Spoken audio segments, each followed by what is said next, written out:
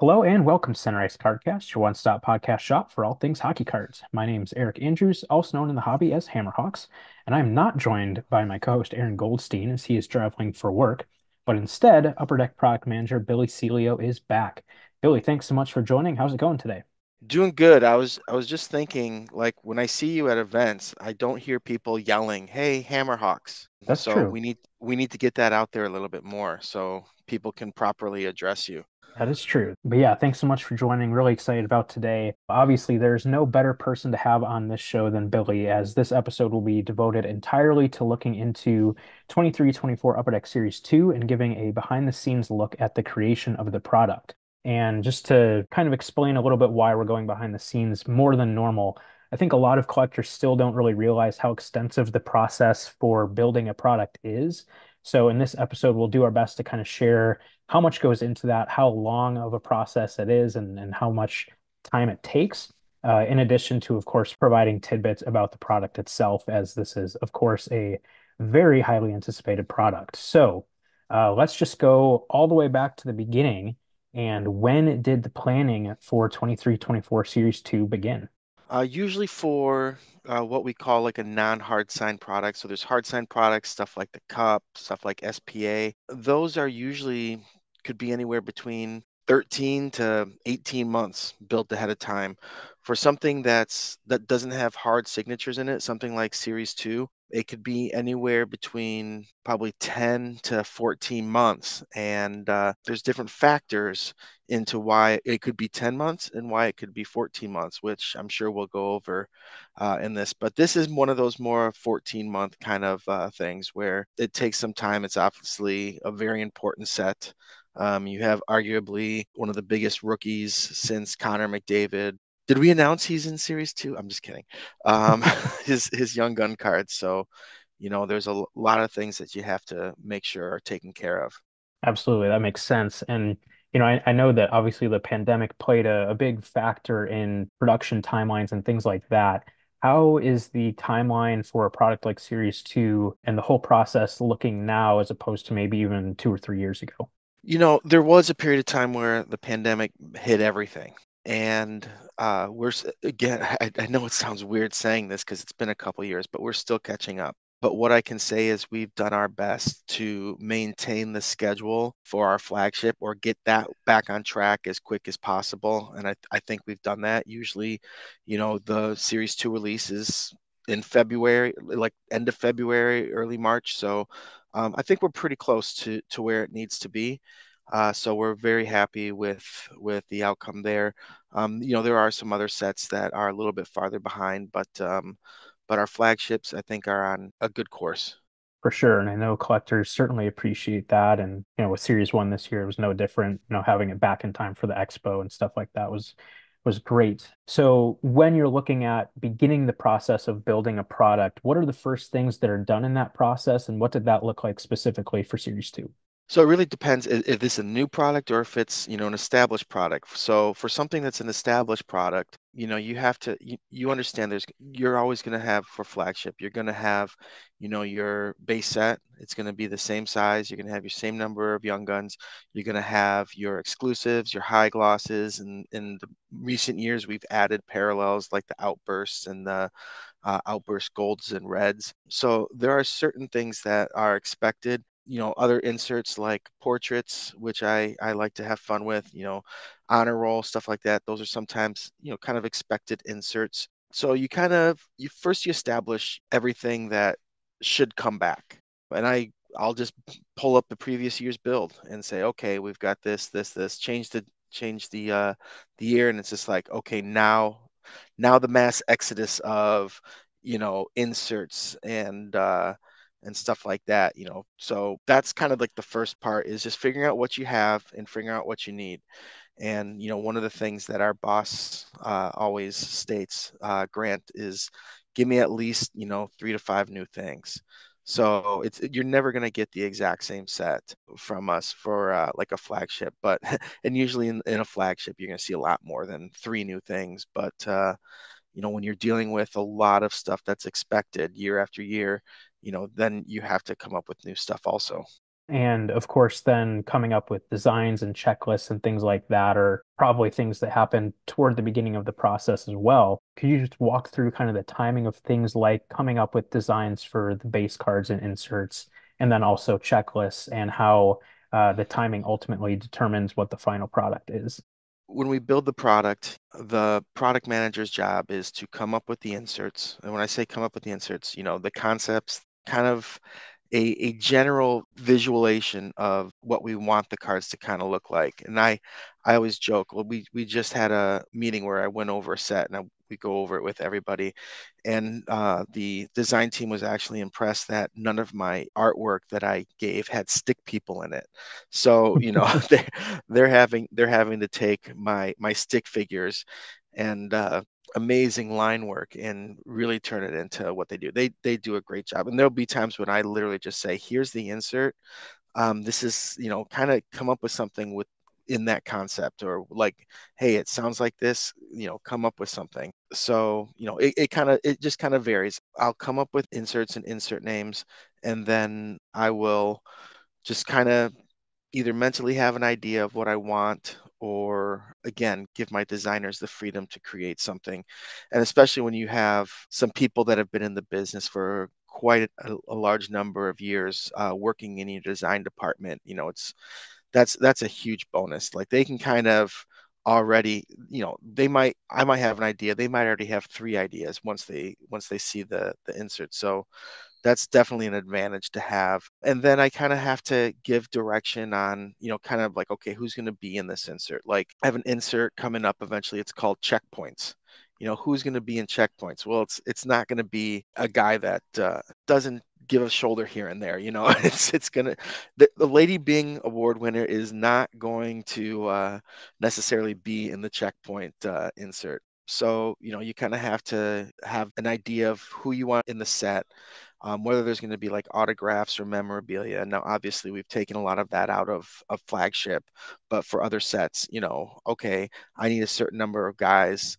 Like if you're making an insert set that's all goalies, how many goalies do we have under contract? How many, that sort of thing, or how many for the checkpoint? How many enforcers do we have under contract? Because sometimes those type of guys aren't the ones that have a lot of contracts with us. So those sort of things have to be kind of thought about. And then, like, even when you're thinking of insert names, I have to do a Google search for all these names, insert names, to see if other companies are using that specific word or something similar to that word. Because when I do my big brief, our legal department will already have seen all of the insert names and approved or not approved, or, make decisions on whether or not we should use them or not. So, there are some insert names that we haven't been able to use because it might be too similar to one of our opponents' insert names. That's probably the toughest part, is actually just coming up with insert names, because people have been making cards for how many years, and people are copywriting and all that stuff. So that's one of the more difficult parts of the job, is actually just coming up with themes and insert names, because we've been making hockey cards for quite some time. So it's hard to find stuff that either hasn't been done before, or is something fresh that people are excited about. Very cool. And I know we'll go through some of the new inserts in the product a little bit later on, but kind of touching a bit more on the checklist element. Can you kind of explain the difference in the timeline and when the process starts and finishes for determining something like a veteran base checklist for flagship versus something like the Young Guns checklist? Sure, some forms are actually built before other forms. So something like the veteran the checklist for flagship, our coordinator knows that we're going to need a large number of players for three separate sets. So you don't want to have all the good players in one set and nobody in the other sets. Because again, you have all these parallels and stuff that people are going to collect also, that you kind of want to spread out the wealth. So maybe McDavid's in series one and Matthews is in series two, and then Ovechkin is in extended or something like that. You do want to spread it out a little bit, but they think about this far ahead of time. So that being said, how far ahead of time? The series two veteran set had to have been done before the season even started, because of where we're printing stuff and how long it takes and everything. So people are like, why is so and so still And like an example, a friend of mine's a big Pierre-Luc Dubois fan. And I'm just like, you're gonna have to wait till extended to get an LA Kings Pierre-Luc Dubois card because we already had to have that checklist in so early because if we can work on it, we're gonna work on it. And then stuff like the Young Gun forms, that's something that we wait a little bit longer. We have to wait and see who's gonna skate that first month or so to be able to get that form done. But while we're waiting to build those forms, we're able to work on some of the forms that might not necessarily have rookie content. And then I think we mentioned this with Series One, that's all, holdover rookies. Again, a lot of that has to do with where it's printed and the shipping time. Those cards we just don't have the time to get the new skating rookies. Even when those cards were printed very close to us, those 2 weeks there's like a 2 week when the season started, that those 2 weeks we had employees 24 hours working, like people had night shifts just to get that accomplished. So you add shipping time to it and want to have the same release date. Unfortunately, it's not possible to get those new skating rookies in there. So, occasionally we've snuck in something. I know you guys saw the Connor Bedard SP. The league will work with us every once in a while, but that's an anomaly. That's not going to happen every year. I know people hope that it's going to happen every year, but that's just unfortunately something that we can't necessarily do. And you have to make sure the guy skates. That's another thing to have a card. So that's tough also. That's like a last minute thing. Yeah, I'm glad you touched on that because obviously a lot of people are still used to, quote unquote, the old way of how flagship was done pre-pandemic, where it was still possible to get those debuting rookies into Series One, but it just hasn't been that way for the last few years, and understandably so. So I'm glad you touched on that. And then kind of looking at Series Two versus Extended, what goes into some of the debates and decisions for which rookies were in Series Two versus extended, namely holding back guys like Fantilli and Cooley for extended, as well as the Bedard canvas. Yeah, well, canvas it's pretty we've done it in the past where a guy's young gun might not necessarily match up with the young gun canvas. So, you have a chance to have Connor Bedard in Series Two. We want to have a nice big Connor Bedard card and extended also. So, that was kind of a no-brainer for us. It was a big debate on how many and who we put into Series Two and who we put into extended. Now, how many years in a row have you guys just been ignoring extended because it doesn't have a young gun? The set was not built for young gun content, but we put those last, instead of having the young guns in SPA, we're like, well, let's throw a few more people in there. The updates. Let's throw a few more people in there and get them into extended. And all people thought that was extended for was for more young guns, and they didn't necessarily see all the other rookie content. Well, you don't have a choice this year. We had such a great rookie crop, along with Bedard. It would be dumb of us to just load all of those guys into Series Two and have nothing for extended, or hope that somebody skates and we're able to put them in extended. So we thought about it. Should it be 3-1? Should it be 2-2? If it's 2-2, which two should it be? And honestly, at the time of the decision, I think we picked the two hottest rookies to go into Series Two. And Carlson was having a great year until he got hurt. So we really thought that those would be like two of the big ones. And then, having Fantilli and Cooley, we knew that those would still be strong cards and content, and they will be, for extended. So I'm actually excited for people to finally get on board with extended because I've waited a few years, and then maybe they'll enjoy some of the other content and notice what a rookie loaded set it really is. Yeah, absolutely. I definitely feel the same way and think the decisions to hold those guys back was a really good one, and I'm excited for extended myself as well. Turning a little bit more to kind of the production side of the product, when were cards finalized for print and when did the printing take place? It usually takes, a few months to get the designs done. And then then we have our photo department, and they have to color correct all these photos. Like all the photos on the cards, those aren't like, they don't come out perfect. You might get some blood on a jersey, which we don't like to show, or there might be some other thing imperfections that we just kind of want to clean up on the card because Upper Deck is known for the photography. So first we have our design team working, and then we have while that's going on, our coordinator is creating the checklist. So you've got your design, and then the coordinator's working on the checklist. And then once those have been established, then our photo team has to, start plugging in the holes of photos into the designs that they're given. So that takes a number of months also. So, you've got the beginning process, and then, and while this is going on too, we're still fine tuning the design, making sure everything is printed the way it's supposed to be printed, making sure, all the colors are the way they should be. And then, there's things that make cards the way they are. Like they throw on stuff that has foil board on it. You got to put on what's called opaque white to make sure that you don't see the foil board through the player. Making sure all the spots of opaque white are right, and the spot for the autograph is in an area that they can sign, and the autograph's not going to bubble, and the spot for numbering is there's like all tolerances of like memorabilia can't be this far from the edge of a card, and numbering spot can't be this close to memorabilia or behind on the back where memorabilia is. Like all these little things have to be factored. So we have multiple meetings to just kind of check and double check our designs, and make sure that everything that we're doing, like our design team will work on stuff, and then our pre-press team will then kind of double check everything for our design team to make sure everything is right. So that's all a number of months also. And then you have to start thinking about, okay, we finally got all these designs in, we finally got all this stuff. Now is there hard signed cards on there? All right, so now we gotta get those cards printed and then separate them, and our talent acquisition team has to put them in boxes, mail them out, or bring them to signings and all that sort of stuff. So that's a whole nother, when I say it takes longer for hard signed products, that's part of the process. Is we usually give like a month or two for all of that to happen. So yeah, I'm just kind of, I think I've gone over a lot of it. Months and months, I guess, basically is the answer. Like during the process, one thing takes a couple months, next thing a couple months, and it just kind of gets there.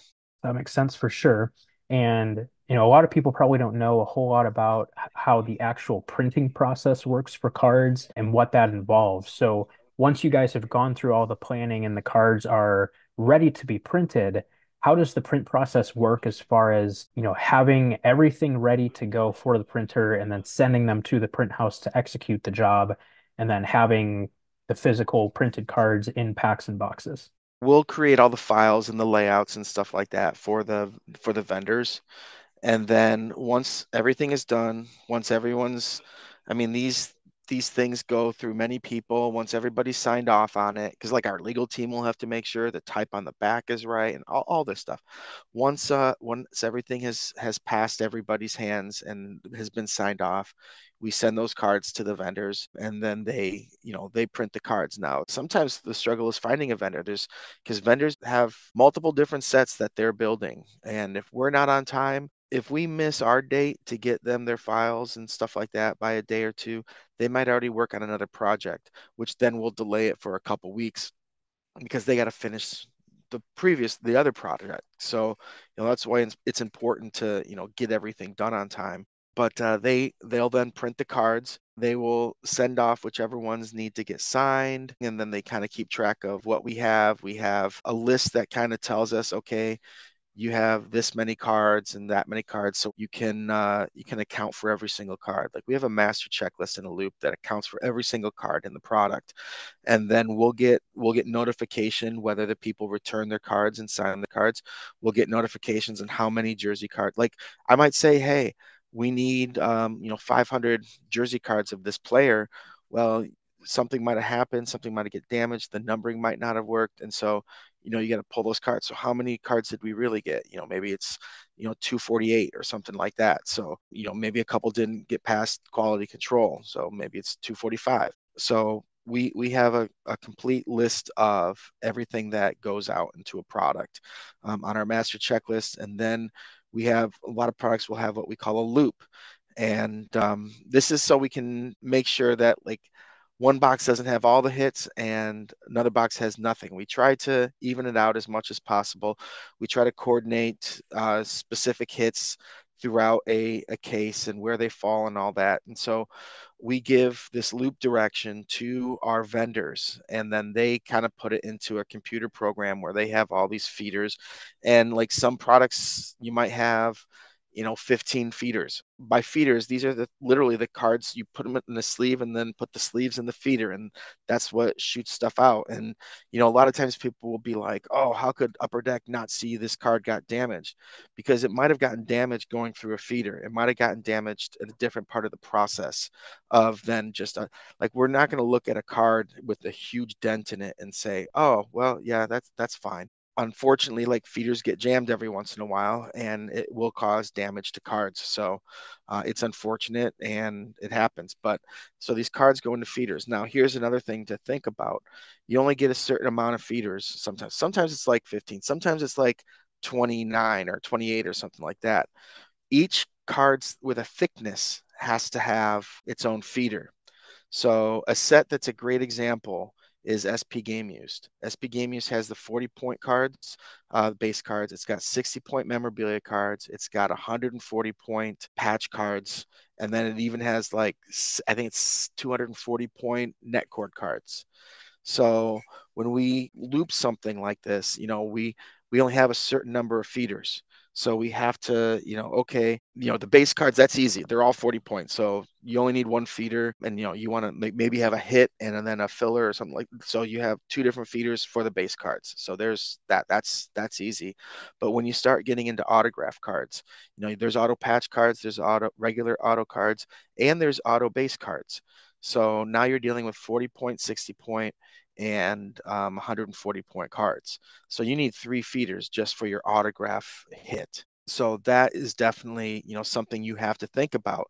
There was a few years ago, where SP Game Use was built, and some cards were 40 point, 60 point, 80 point, 140 point. Like, there were like five or six different thicknesses, and it was like, I want to say, what was this person thinking? Because you got to think about, that's one thing about this, is you have to think about the back end of the job while you're building it to start with. So I know when I build SP Game Use, I really only want to use three thicknesses of cards. So if I want to do some sort of technology card, it might be a good idea to make that technology card a 40-point card or a 60-point card or a 140-point card. That way it can fall in the same feeder as an autograph, a memorabilia card. So again, that's just kind of something that you have to think about. And then everything goes to the feeders. It's getting packaged.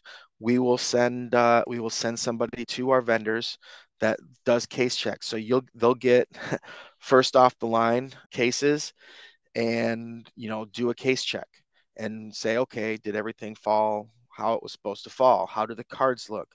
And if they don't fall how they're supposed to fall, then, and I've done a couple of these, and we literally sorted every single base card, every single mem card, and have our big master checklist in our loop, and made sure everything fell accordingly. And if it doesn't fall accordingly, let's try this again. Where did it go wrong? And we do that until we've gotten, it's not just like one case and you're gone. It's, you check multiple cases, and then they pack everything up, they put it onto the pallets, and they're shipped off to our distributor.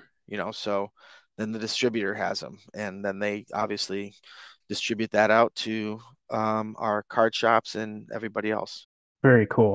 Always really fun hearing some of the behind the scenes stuff like that. Do you know if there was anything that came up during those case checks that needed to be I fixed? wasn't there. They haven't flown me out to Italy, unfortunately.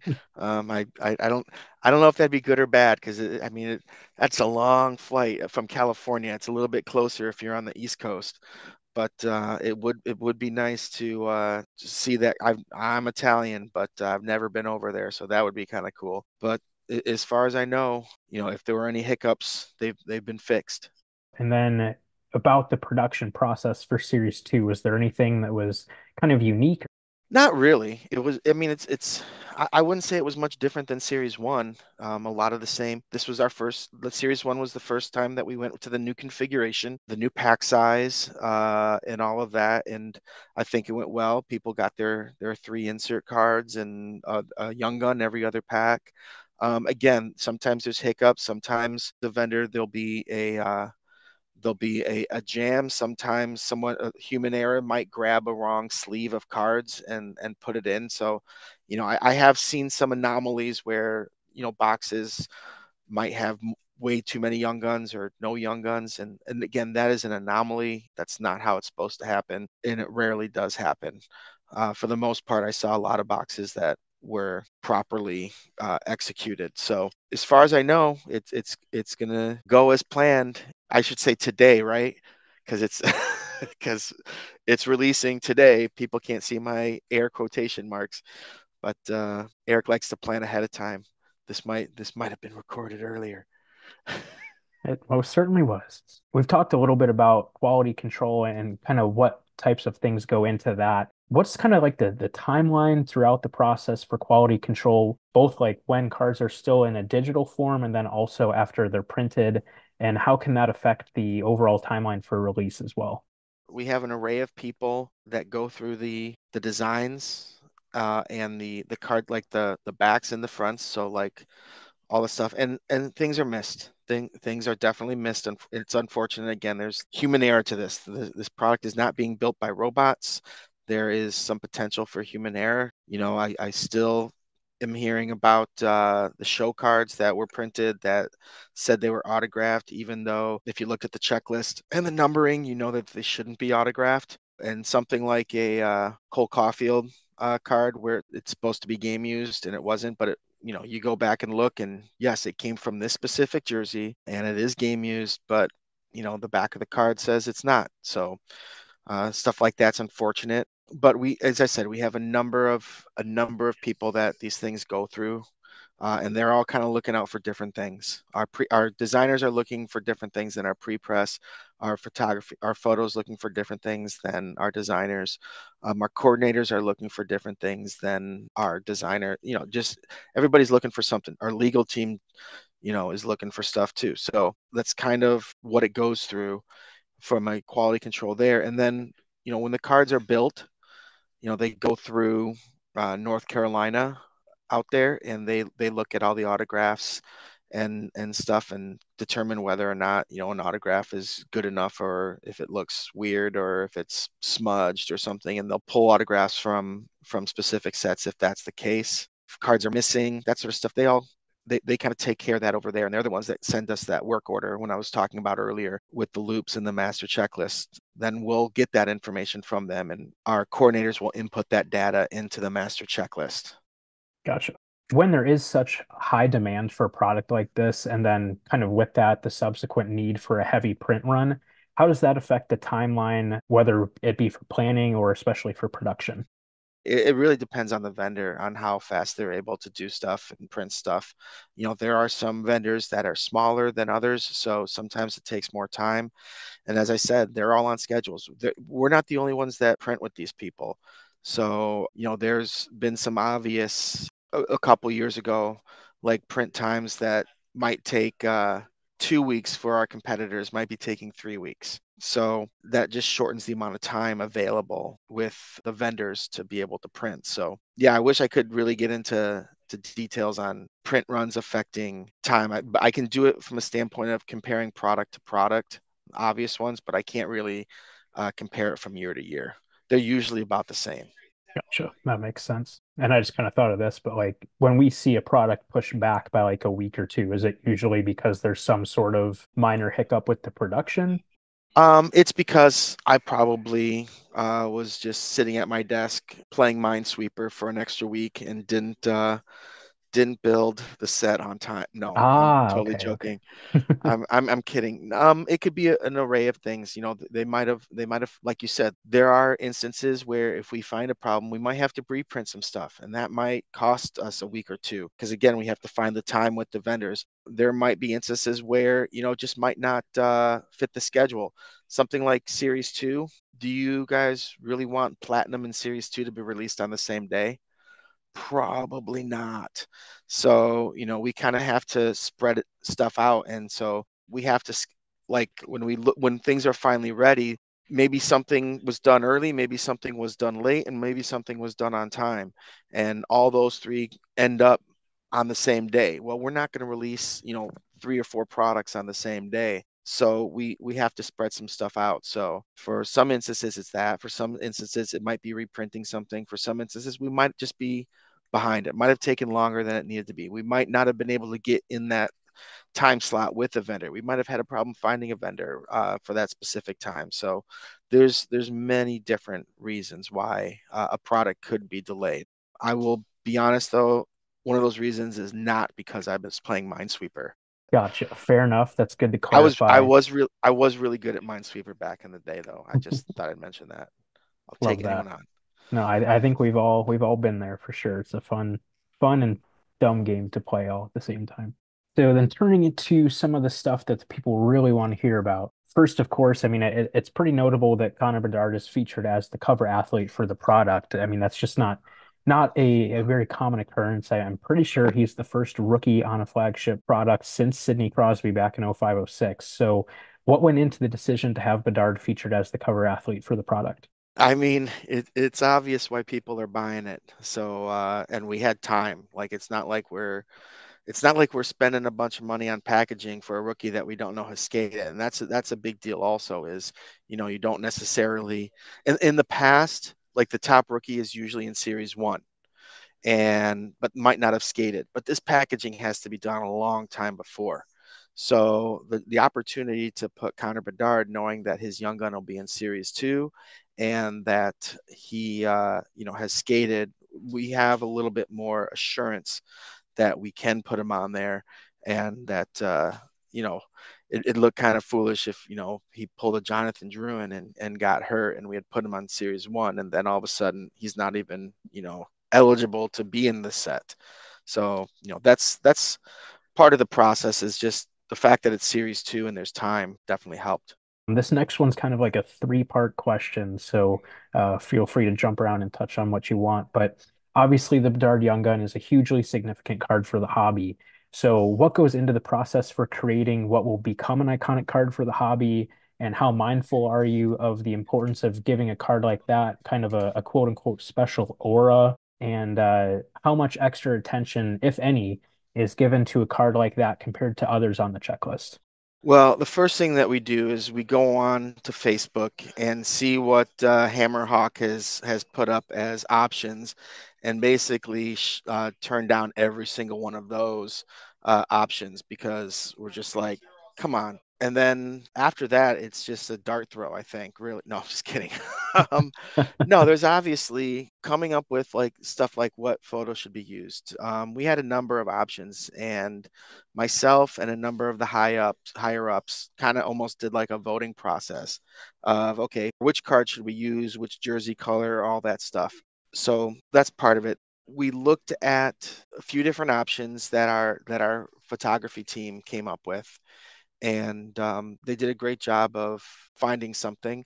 And then, because we know how important this is, it's not a coincidence that I was, or as a team, we were finally able to decide to do the one-on-one Bedard, because obviously that's going to be a big deal. So that makes this card even more important. Is this is the biggest card of the set, and it's not the first year. I've been corrected that long, long time ago there was another one-on-one Young Gun, but for the whole set, this is like one of the first one-on-one Young Guns that we've done in a very long time. That'll make other podcasters happy that I said that, because whenever we say it's the first one-on-one, they always correct me.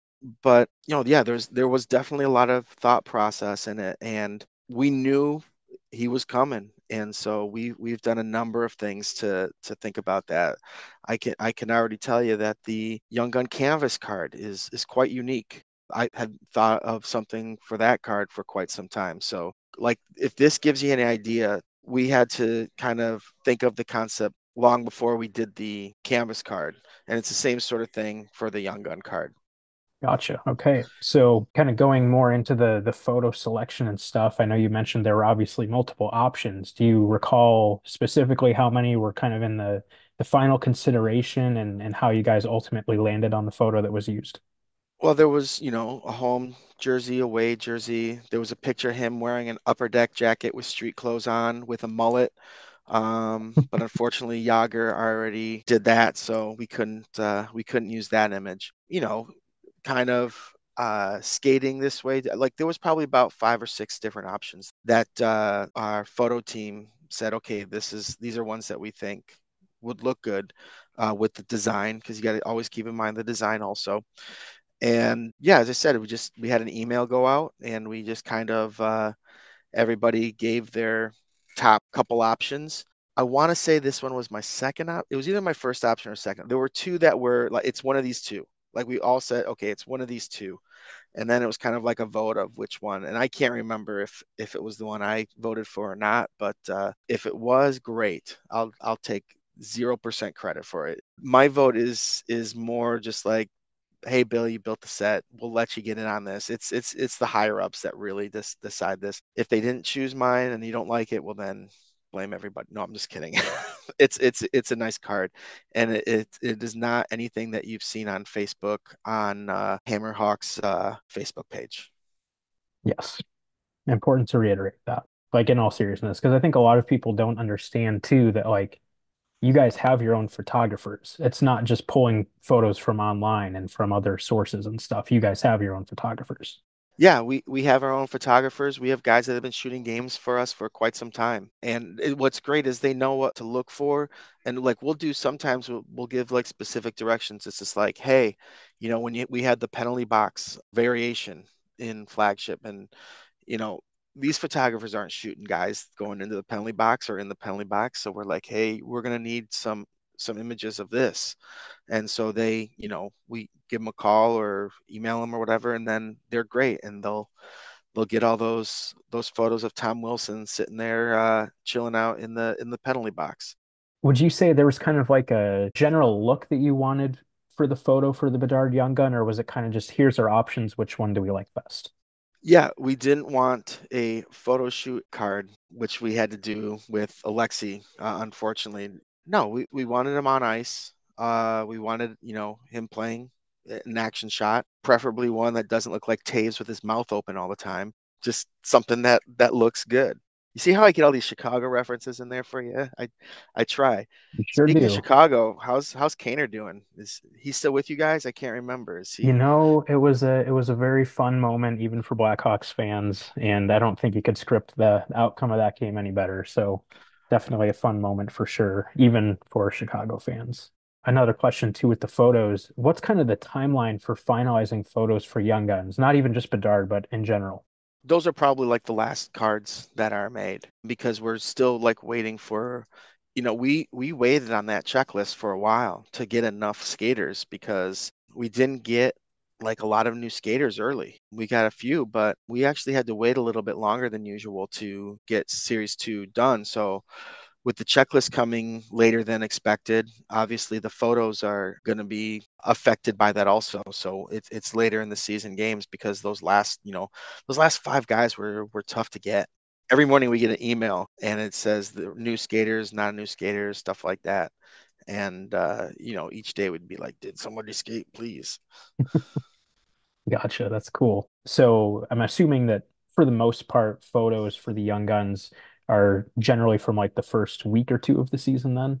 Yeah, for the most part. Obviously, for Series 1, it's from the previous season, but for Sure. Series 2, if they haven't skated, it'll be from like the first few games of the year. Like we have photographers everywhere. And then that's another thing is, if we know, like our coordinators are good, and they keep track of who might be skating. They're checking those team sites and everything like that.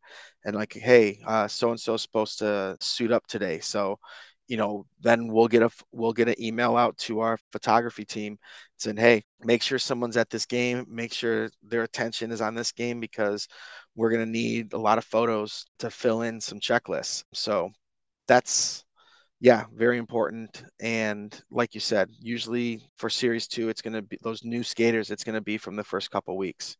We've kind of talked about this a little bit in previous episodes, but how is it determined what cards get inserted into physical boxes and which are held back for e-pack? And then I know you can't officially announce anything, but how do you guys end up kind of making decisions for when there are significant cards like the Bedard one of one? So the first thing I get when I build a set is, how many cases are we building?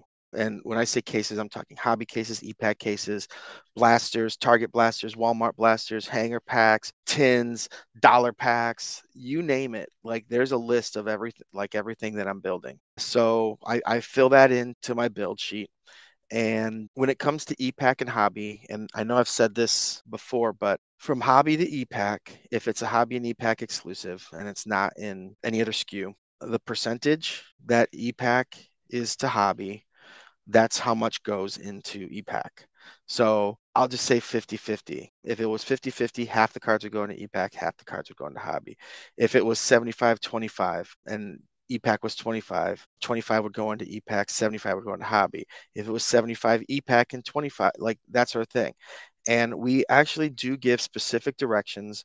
Say a card is numbered out of 100, and that split is, we'll say, 40-60. I give specific directions to our vendors who have the cards. Please, when sorting the cards, do not split them. Cards 1 through 60 go to hobby, and cards 61 through 100 go to EPAC.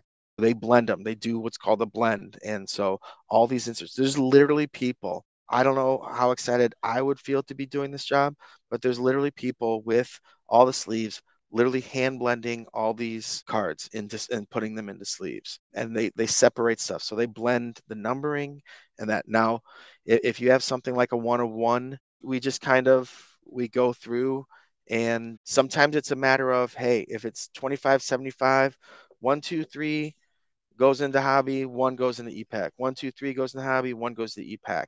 Other times, when you've got like big names, sometimes you do have to kind of split stuff up, or make it even if the percentage is even. So those are things that you do think about. And then if there's multiple one of ones in a set, you don't want every single, like say there's, say it's something like a lore where there's a number of different one-on-ones in there. Well, I don't want every single Alex Ovechkin one-on-one to be in hobby. And so we actually do think about that also. It's like, okay, we need to split up the Ovechkin one-on-ones throughout the different SKUs, that sort of thing. So it is thought about. And then what's also thought about is making sure that the numbers are mixed up and not just a chunk of 1 through 50 to one and 51 through 100 to the other.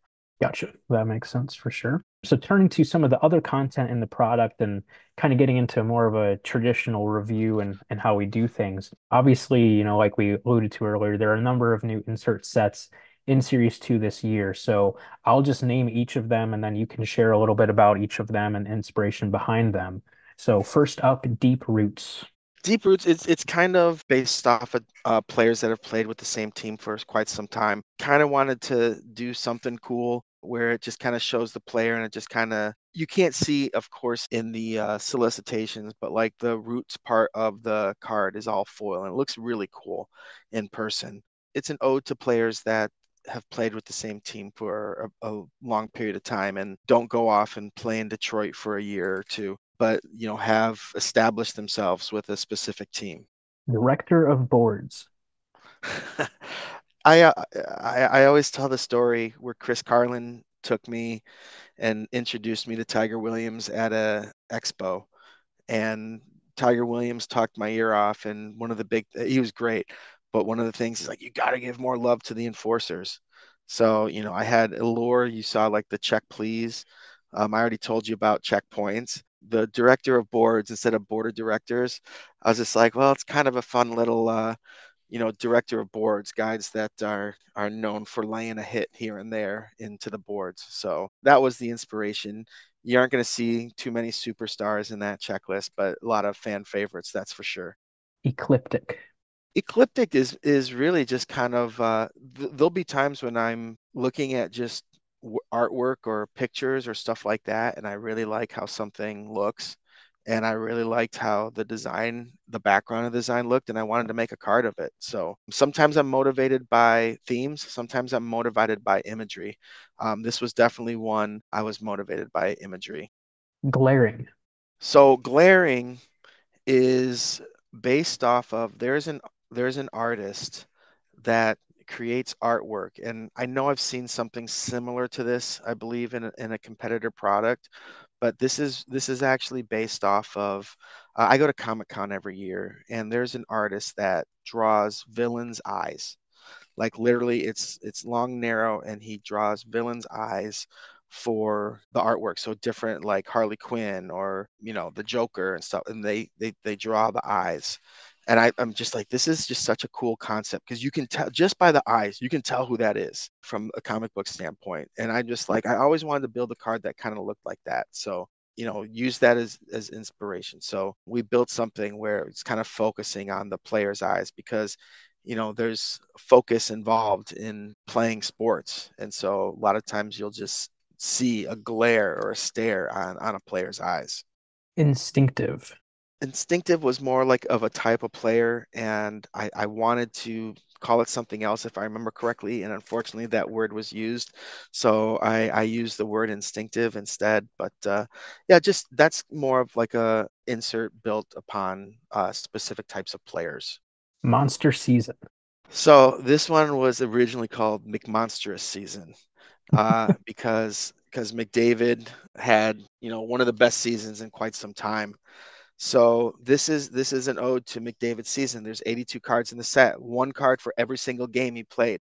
And what's really cool is then there's a parallel version of this, and it's numbered to 153, the number of points that he scored in the season. So that's just an ode to when you got a spokesman, use them. But this is also just we've done sets where guys have great seasons, or we've done like an anthology of a rookie season or something like that. I just wanted to do something for McDavid. I mean, the dude almost averaged 2 points a game, and that hasn't been done in quite some time. So, they didn't want to call it McMonstrous, so we kind of slimmed it down there a little bit to Monster Season.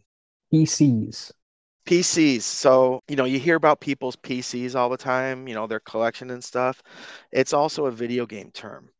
And wait till you see next year. But you've seen 16-bit, video game stuff. I'm an old video game guy, and so I was just like, remember, like they'd have like a star and the player's number on it and stuff.